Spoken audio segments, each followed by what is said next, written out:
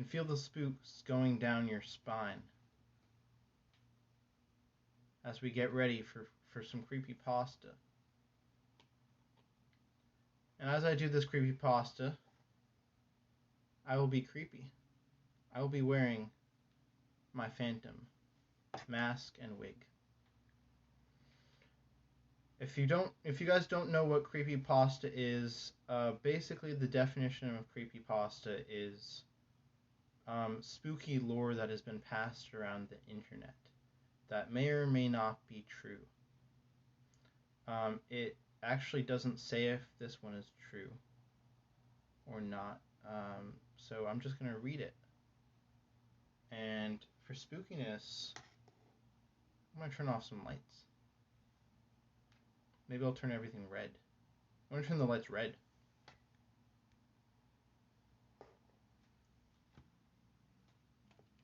Everything is becoming red.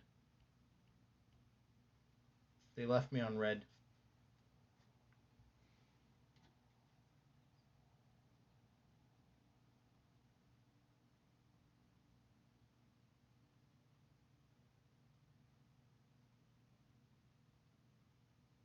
Let's just turn this off.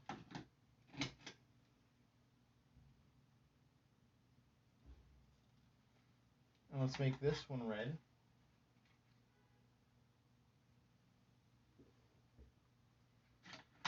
Oh, this really sets the mood. We'll see if it's too muffled with my mask on.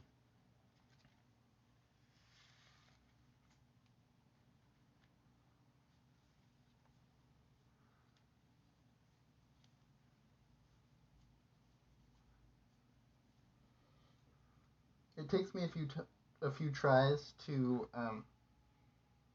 get this on correctly, so forgive me if it takes a couple seconds.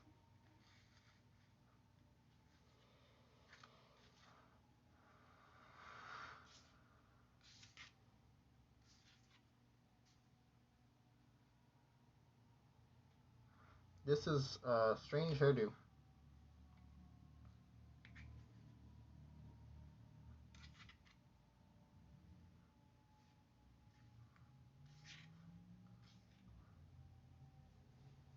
Okay, let's get ready for the spooks.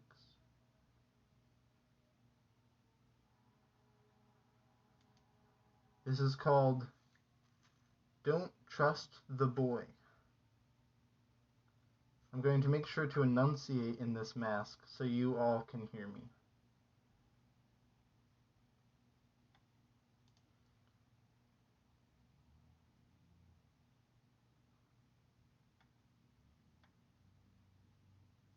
They didn't believe me. Not the couple's family after their house burned down. Not the daycare when half the kids mysteriously fell ill. And not the police when I attempted to end this plague with my bare hands. For perhaps the final time, I am begging you, all of you, please believe me when I say that goddamn, this boy is evil. Many years ago, I lived next to an evil couple. The two were happily married, well known in the community, and had big dreams of starting a family. When the day finally arrived to present their beautiful baby boy to the world, everyone was ecstatic. For a time, I was one of those people giving them congratulations and proclaiming to treat that young boy as if he were part of my family. And for a time, I believed in the happiness associated with their new life. But as many people fail to do in the face of something so perfect, I realized I was neglecting to answer some fundamental questions. Namely, when exactly was this baby born? Surely there had to have been a date or a hospital where this child had come into the world. And yet, I could not remember exactly when the baby arrived. As far as I could remember, There was no talk of the mom giving birth at the hospital, or rumors of a large family gathering at his birth. No, I recalled us simply showing up to the young couple's house one day where they had a baby in hand.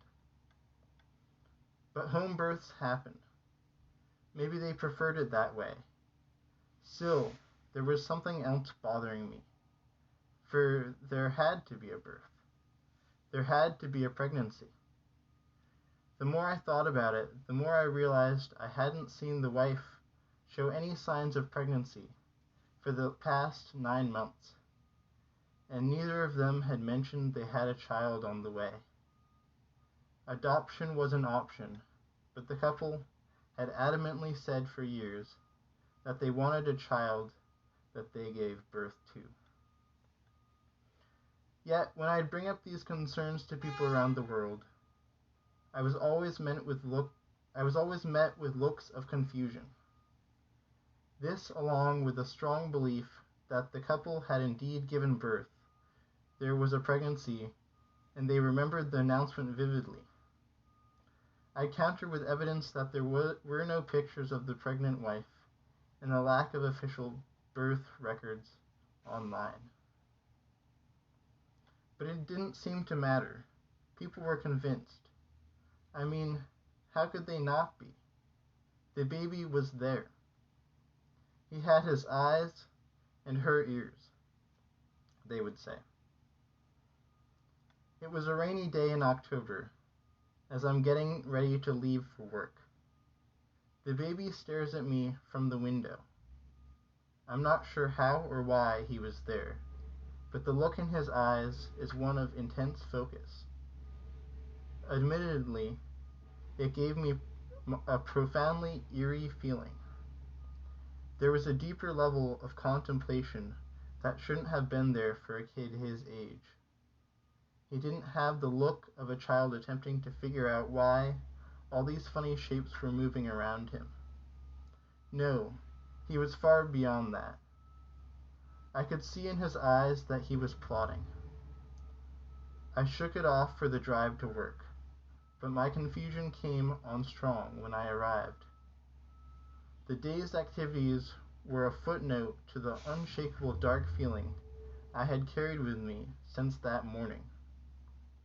I couldn't know what to expect, but my fear of something awful happening was realized when I got back. What was once a lovely family home was ablaze.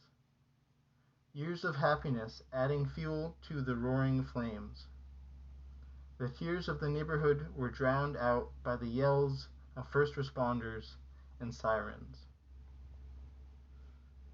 A truly chaotic scene was unfolding before our very eyes. Despite it all, the hardest-hitting moment would come long after the fires were tamed.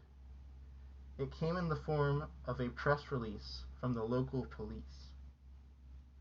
The young couple was dead. Their bodies were found in each other's arms, charred beyond recognition.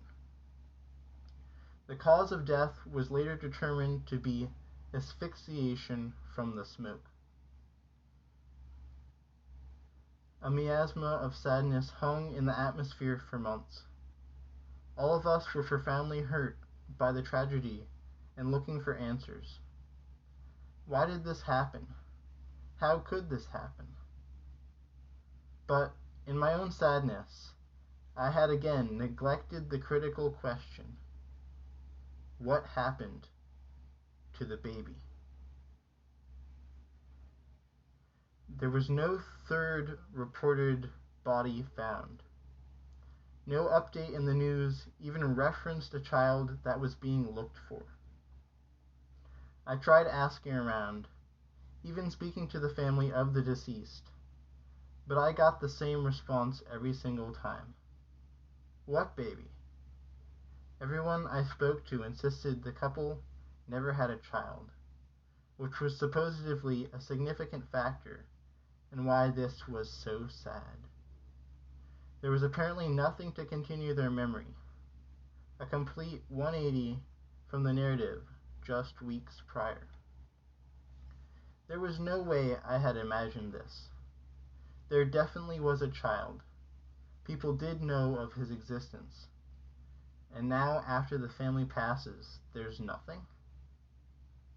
I did some digging on social media, and even searches for pictures of the couple with the child returned nothing.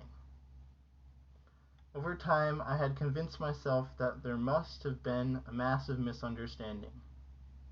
However illogical my rationale, it was more comfortable to believe than the alternative.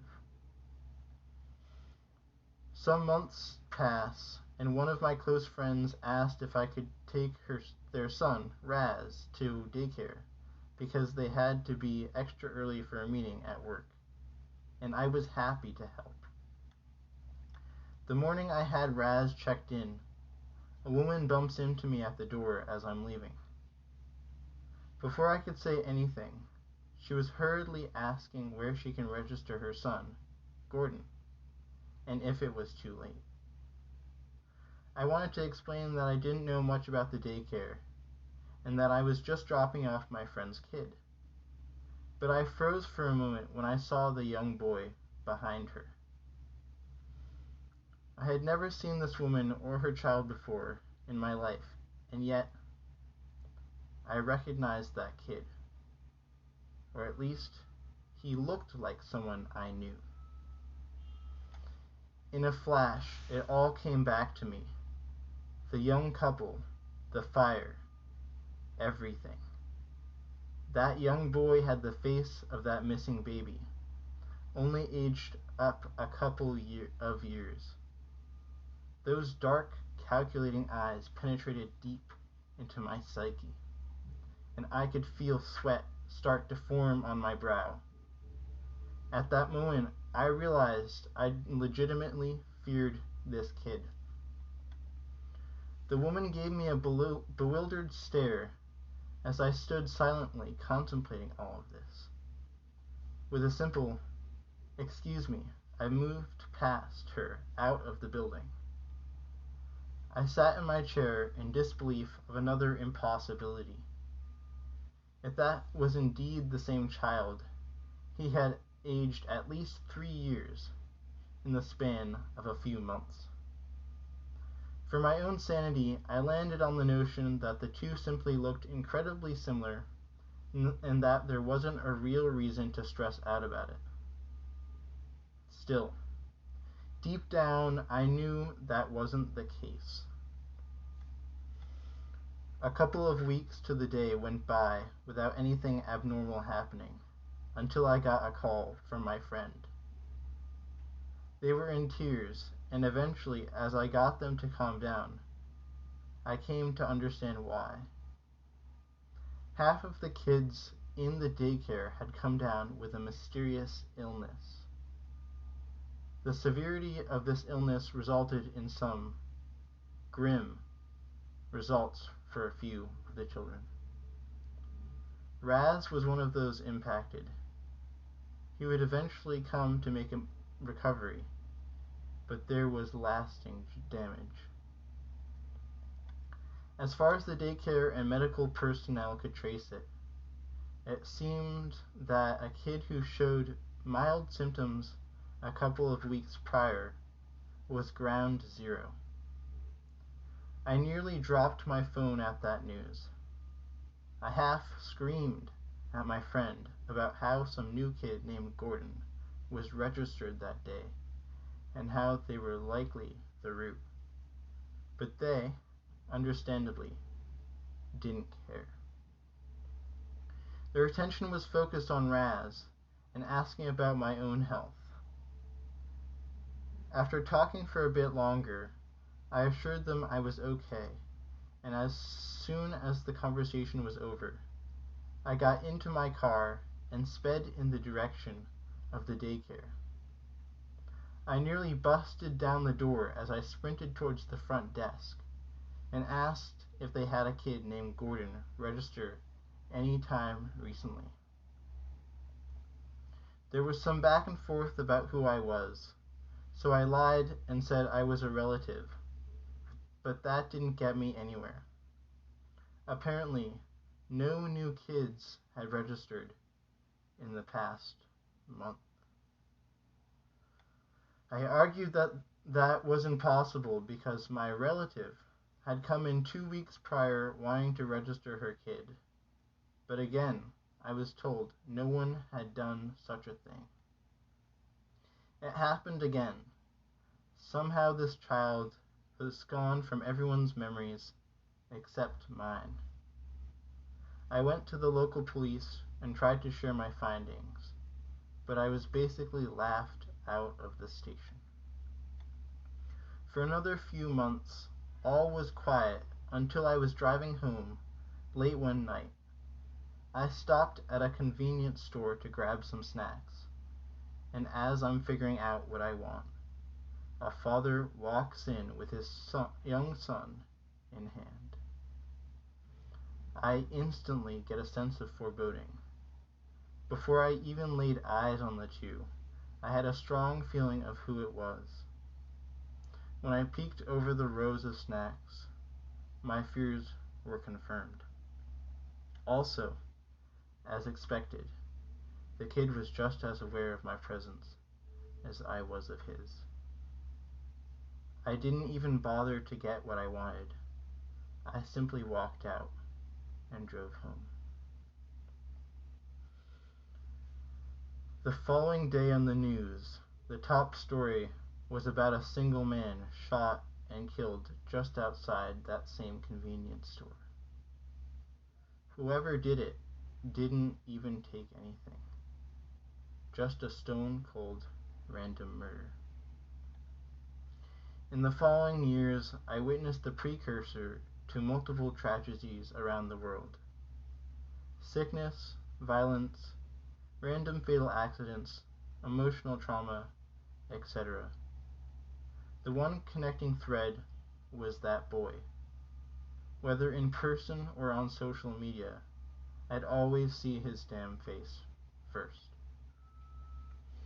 He always remained a child, but his age varied wildly.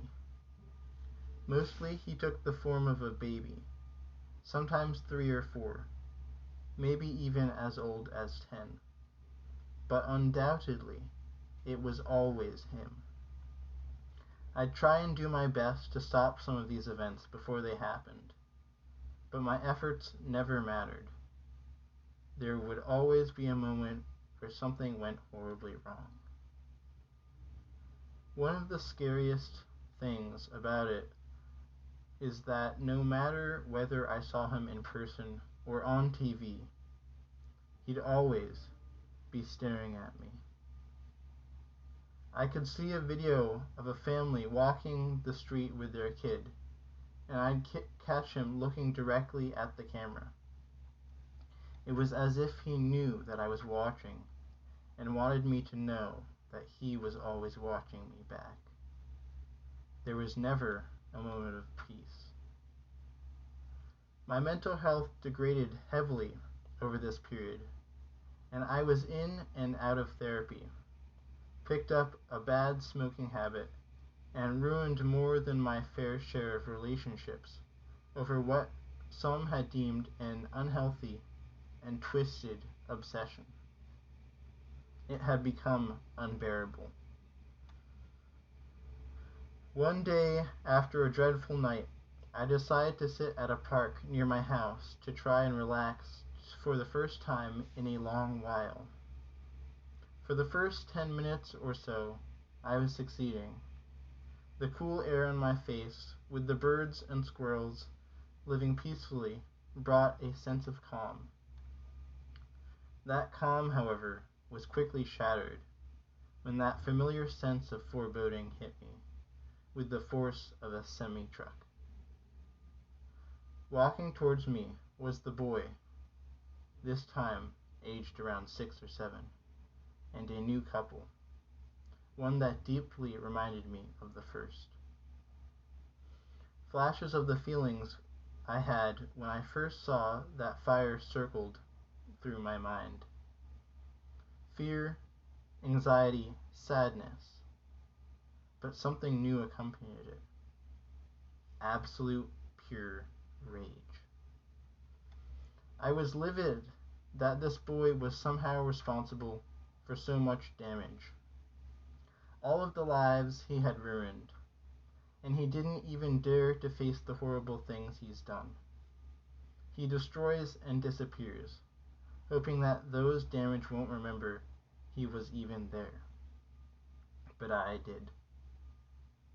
And if I was the only person that was going to remember, then maybe I was the only person who could do something about it. I flicked my still-lit cigarette onto the ground and got it from the bench and began to walk towards the trio. My heart beat through my chest with every step.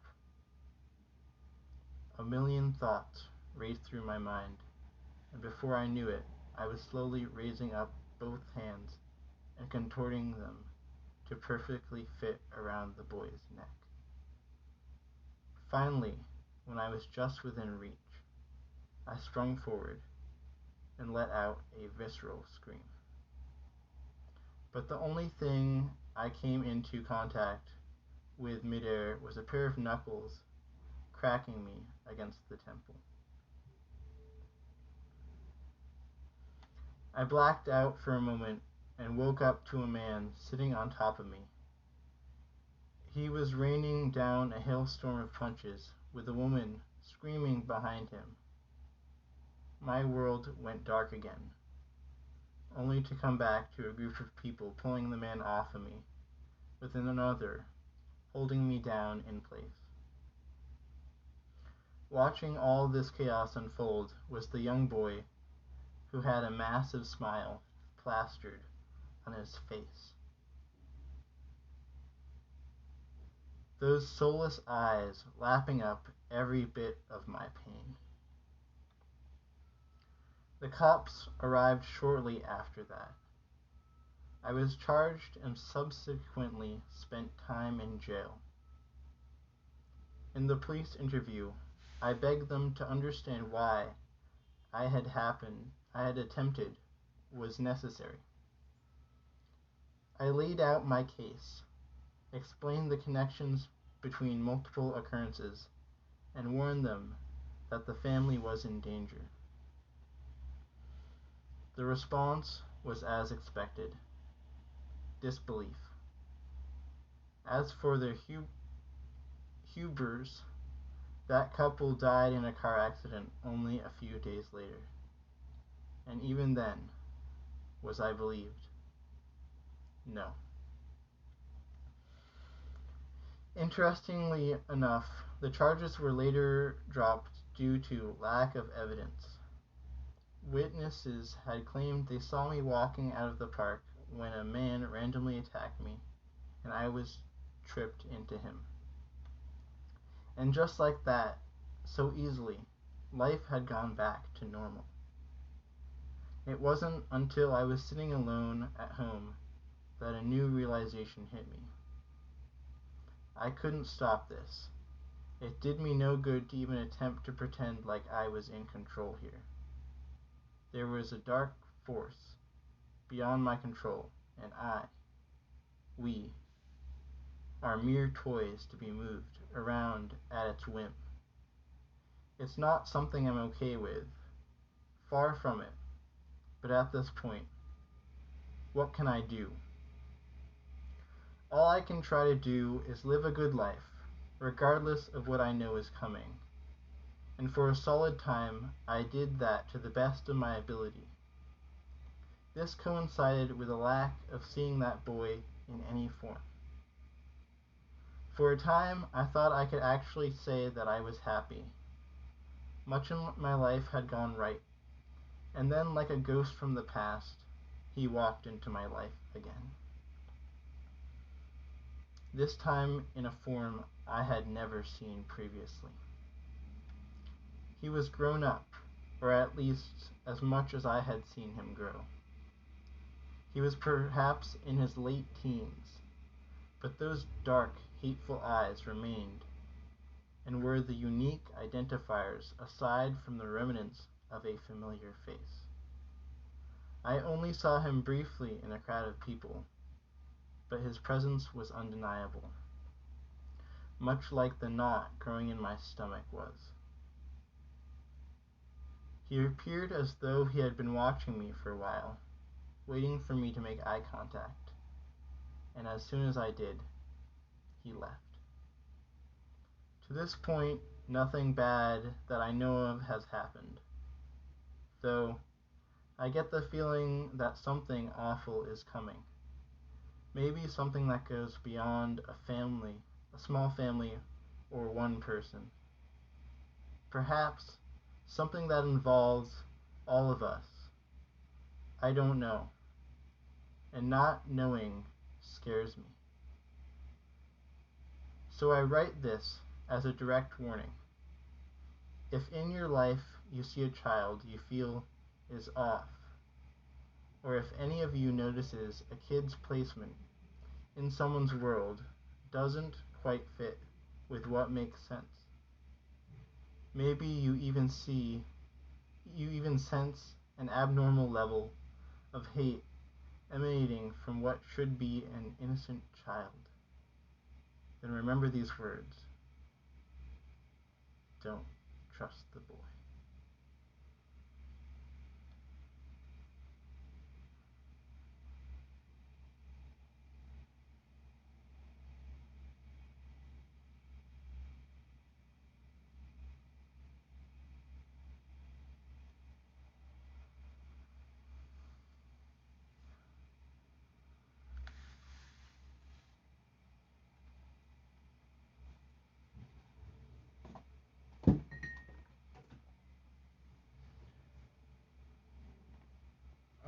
Credit for that creepypasta goes to Brian A. Young. He posted this on the 30th of September 2021.